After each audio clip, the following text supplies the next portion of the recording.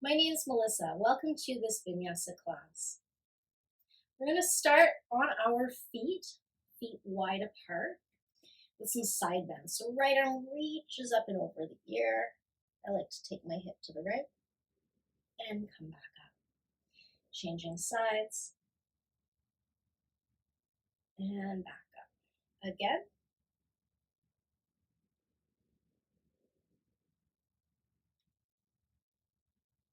So this time as we go, I'm going to add a little step back with the right foot. So the right arm reaches over the ear and the right foot also steps back. And as I do, maybe feeling a bit more intensity from the right foot all the way up to the right hand. And then just bring it back and step back as well. So you can break it up. You don't have to make it all happen at once. So left arm and left foot, just reaching out.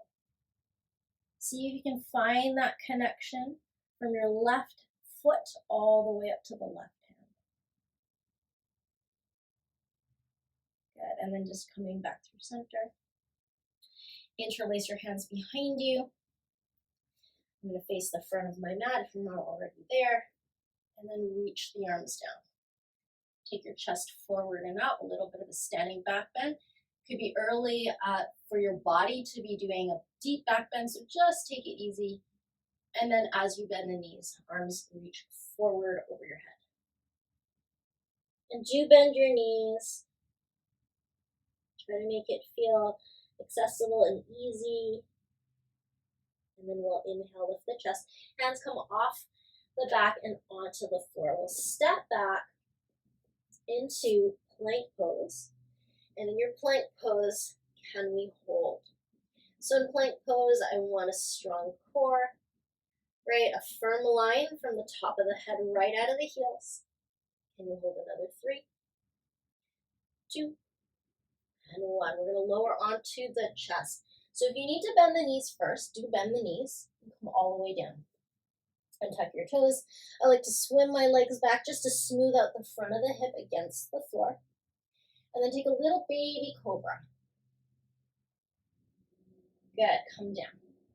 Now a little bit of a taller cobra, right? You might be able to straighten your arms.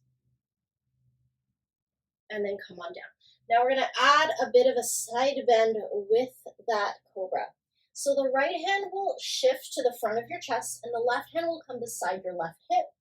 And then go ahead, push up into that cobra and you'll be curled a bit over to the left. You might feel your right waist lengthen. Come back down. So you want to see if you can control the descent, not just collapsing down. And then go to your right. So right hand beside the hip, left hand in front of the chest, and then push the mat away. So we'll be incorporating these oblique cobras into our flow. And then we'll come up through the center. Stay tall here and look over your left shoulder. Can you spot your right foot? Take a look over your right shoulder. Okay, notice if you're starting to collapse. You want to keep it tall. And then from here, hips towards the heels as you tuck the toes and take the hips up for your first downward dog. If it feels good to pedal the feet, to stretch the legs, then you do. Of course, your knees could be bent and your heels, of course, could be lifted. But do see if you can find the line from your wrist to your hip. So elongating in that part of the body. We'll step the right foot forward so you can look towards your right hand. And from here, I'm keeping my left knee off the mat. I'm going to circle back.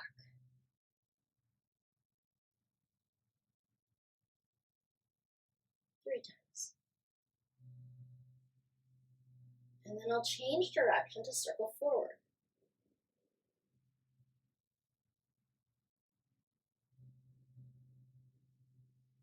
All right. From here, back knee to the floor, and then circle the arm back to open to a twist. Good, just check in with your body. If you're lifting your right hip, sink it down, that's it.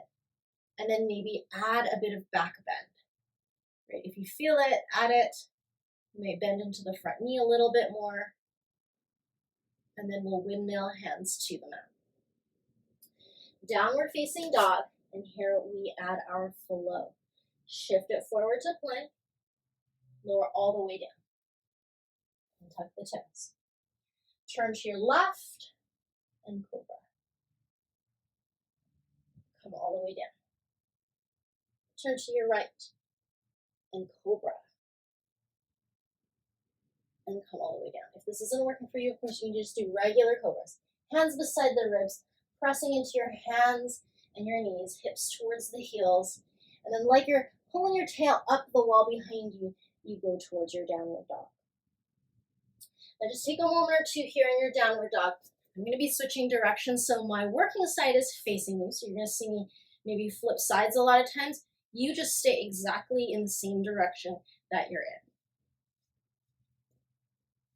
Left foot is stepping forward. Again, I keep the back knee off the floor. I circle back 3 times.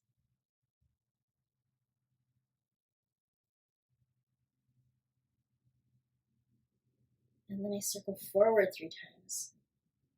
And if you can, keep the elbows straight. Keep your hips low.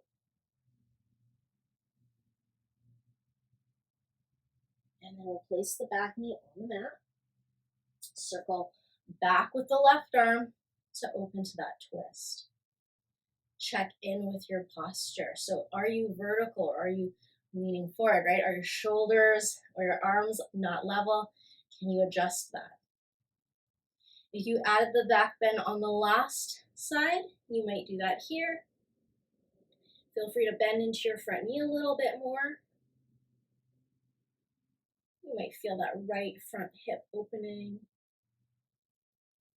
And then we'll go hands to the mat. Step back, downward facing dog. If you'd rather not flow entirely, you can always skip them out. Lower to the chest. I'm going to turn to the left first. Cobra. Turn to the right. Cobra. Come into the center. Push back. Hips towards the heels. And then feel like you're pulling your tail up the wall behind you. So it's like you unfold your legs. Take a long breath in and a long breath out. With the right foot, step it forward towards your right hand. Place your left knee on the floor. We'll come into pyramid, kneeling pyramid pose. So this is where having blocks can be handy to give yourself a little bit more height. I want to feel like I'm lengthening the back of my right leg. My chest is reaching forward. Right? For some of us, we might add intensity by going for a more elongated spine. You'll feel that more in the hinge of the hip. And then we'll bend the front knee and sweep the arms up. So this is low lunge. Arms up. Again, try not to collapse. Still looking for a little squaring and definitely a lot of lift. From your hands to the floor, fingertips. Back toe tucks under and I lunge. Right, so now with the lunge, I'm going to take my hands up towards high lunge. From high lunge, we'll work to straighten the front leg and come towards pyramid on the toes. So if you need the blocks are here. If the legs being straight is just not working for you, put the back knee on the floor. So again, you're in the kneeling pyramid. Right, so ways to modify to make this more accessible if needed. So to add intensity, this could be already your max for intensity. Just stay where you are. But if you'd like more intensity, take your left hand to your right shoulder and see if you can bring the elbow to touch the knee. And hopefully you didn't swing your hips over to the left. Everything else is the same.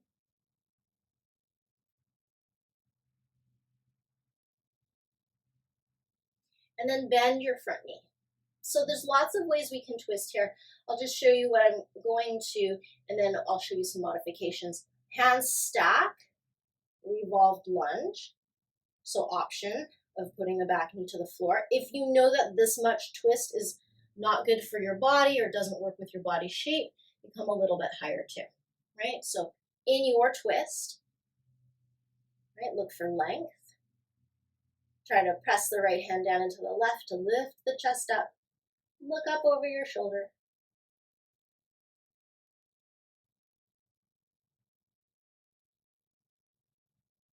And we'll unwind towards the floor.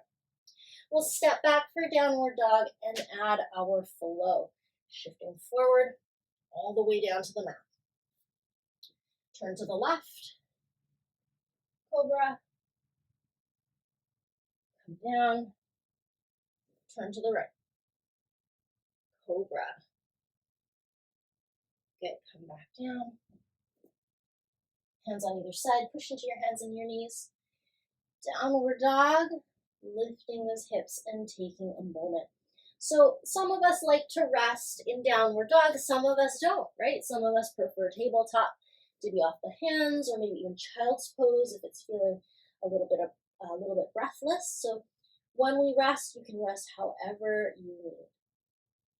We're coming forward with the left foot, right knee on the floor. Pyramid. So I like to take this on the knee first time through, just so that you know where you're at today through that leg, right? If you're having a lot of trouble here, you might know second time we come here, best to go back to the knee, and that's okay. The best pose is always the pose that you know that you feel you get a little bit of challenge, but is manageable. We'll bend the front knee, inhaling up to the low lunge. Right? Feel free to let the knee pass the toe if you can still keep everything lifted.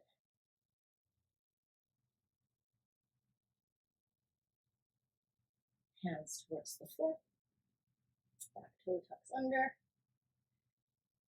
Feel your strength in your lunge. You could always just rise without putting your hands on the floor. It just depends on how you feel today. And then we'll straighten the left leg and come forward to pigeon. So using your props as needed. So hands could be again on your blocks, could be on a low surface. I like fingertips. Drawing the outer left hip back and the right hip forward. And again, this back heel you'll see on my right heel. I'm really lifting it up to pitch my weight slightly forward, and that adds some intensity, but also encourages me to kind of square the hips a bit more too. Now, if you took your right hand to your left shoulder, or your hand to shoulder, you'll do that here, and you'll start to feel more intensity through the back of the front leg, but also the beginnings of your twist.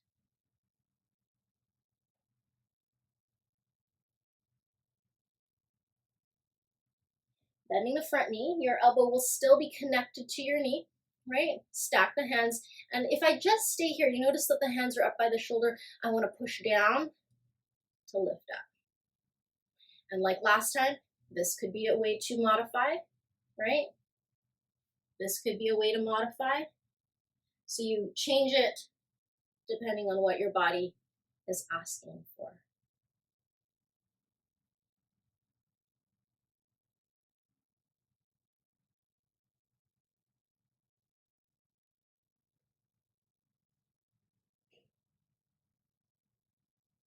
We'll unwind, hands to the mat.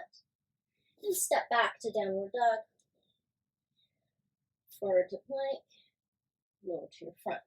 Right, so every time you come to the lowering, all the way to your bottom, all the way to the floor, trying to find that control. Over to the left. Over to the right. Right, so slowing things down definitely adds challenge.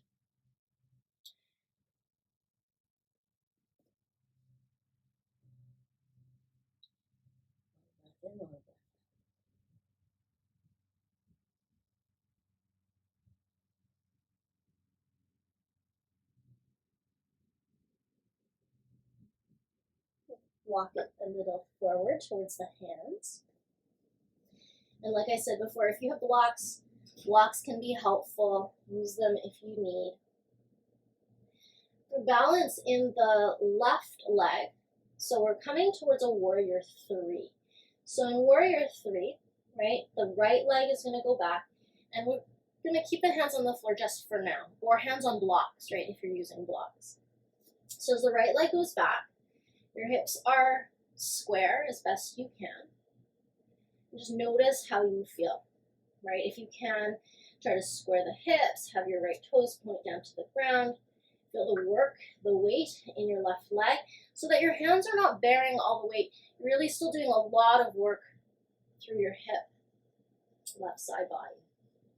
Now, totally optional to just stay here and stay working on elongating. If you'd like, you can take your left hand to your hip and start to turn your chest to the left. Amazing. If that feels okay, you might even take the hand up. Now, this is going to depend on the state of your shoulder and how comfortable you feel in your balance. So you might just keep the hand down if this feels like a lot. And then bring the left hand back down to the mat. Bring the right foot down to the floor and go ahead, sway your hips side to side. Again, I'm just changing direction. You stay where you are so that you can see my working side. So the hands again are on the floor or on the blocks. You're stacking shoulders over wrist and heels under hips.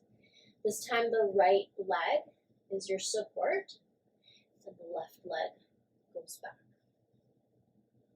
So you're thinking about warrior 3, you're trying to keep things level, and of course, maybe just working here, right? This is a good place to be. If you're feeling it's really challenging, then I encourage you to just work on this. If on the other side you brought your hand to your hip, see how that goes. Can you maintain everything else, right, when you add on? If you took the arm up, can you keep the back leg straight? It's really tough, right? I really feel compelled to bend my back knee. Right? As you open the arms, you want to try to keep the hands reaching away from the other. And bring the head back down, and bring the left foot down. I have my feet parallel. You are welcome to do wider or turn out. Coming into a low squat, I'm tucking my tail under because I just want to have this as a bit of a reset. I want it to feel like relief. If for you, you know low squat is definitely not relieving, then you could be in a much higher squat with your elbows on your knees, or you could even be sitting on the floor. So just a moment to rest, and also to feel the stretch through the lower body and the back side. Okay, we're going to come down to sit. And to come down onto our back, bonus work for the abs if you roll down, right? If you roll down. If you don't want the extra work, then you just lie down. And as you come all the way down onto your back, walk the feet back and set up as you would for bridge. So for bridge, you might know that you reach for your heels. I actually prefer the feet a little forward of that position. That's just comfortable for me. And we'll lift a bridge, so pressing the hips up. A little add on here. If you can, take your left hand, reach it up and over to the right corner of your mat. Keep your hips up. Good, come back onto the back of the shoulders, keeping hips up. Reach over to the left corner. Good, come down. And if you can continue to alternate, please do. But if you need to come down, reset your bridge, and then do your reaches, then come down all the way and then go back up. Okay, I want you to try to keep your hips up the whole time. Don't worry about the quantity, right, if you're having to come down. I really want you to focus on the quality of your movement, right, that you're in control, that you're not in any pain or excessive strain, right? Feel the length in your reach. Can you feel the continued work through your hips and your glutes as you maintain the hold? We'll do one more set. And then, when you're done, come all the way down to the floor. Take a moment, take a rest. If it's available to you, butterfly pose, right? So in butterfly pose, my knees are falling open, the bottoms of my feet are resting together. If this is a horrible position for you, it doesn't work out, you can certainly take more of a constructive rest, feet wide, knees knocking together, so it's a bit of the opposite shape. If you're in the butterfly pose, hands can just rest on the inner leg, the inner thigh. I'm not pushing, I'm just allowing the weight of my hands to be heavy, maybe the warmth of my hand, to allow that inner leg to relax.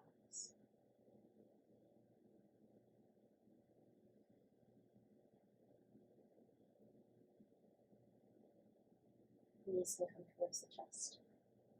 And if it's comfortable for you to do a happy baby, I like happy baby with the hands under the knees, potentially at the feet or even at the shins, right? As long as I can keep my head, neck, and shoulders on the floor.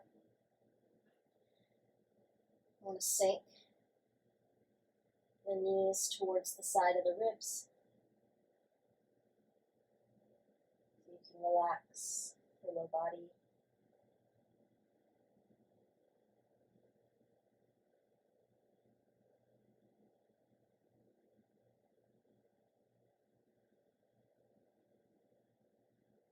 And just go ahead and release your legs for your final rest. If you already know that you prefer to be seated or you like to use props for this final rest, certainly take the position that you need. As you lower the eyelids, start to feel your awareness go inwards.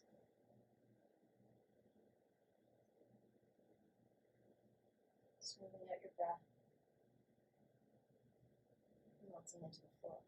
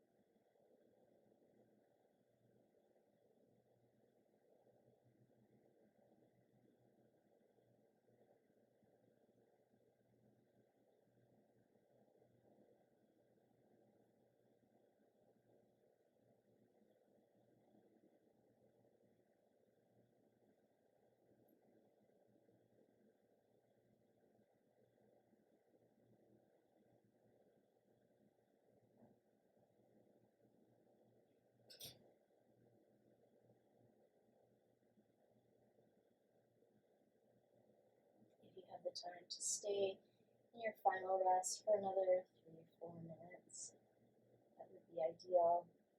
If you need to get on with your day, start to bring awareness and movement to your fingers and your toes, your wrists and your ankles. I like to elongate my whole body for stretch. And as the knees come towards the chest, just rolling off to one side. Sometimes it feels good to just stay on your side, feeling the shifts within the body. When you feel ready to sit up, making your way up. Thank you so much for sharing your day with me. Thank you for your energy, for practicing yoga, and especially for all of your efforts. Have a wonderful rest of your day.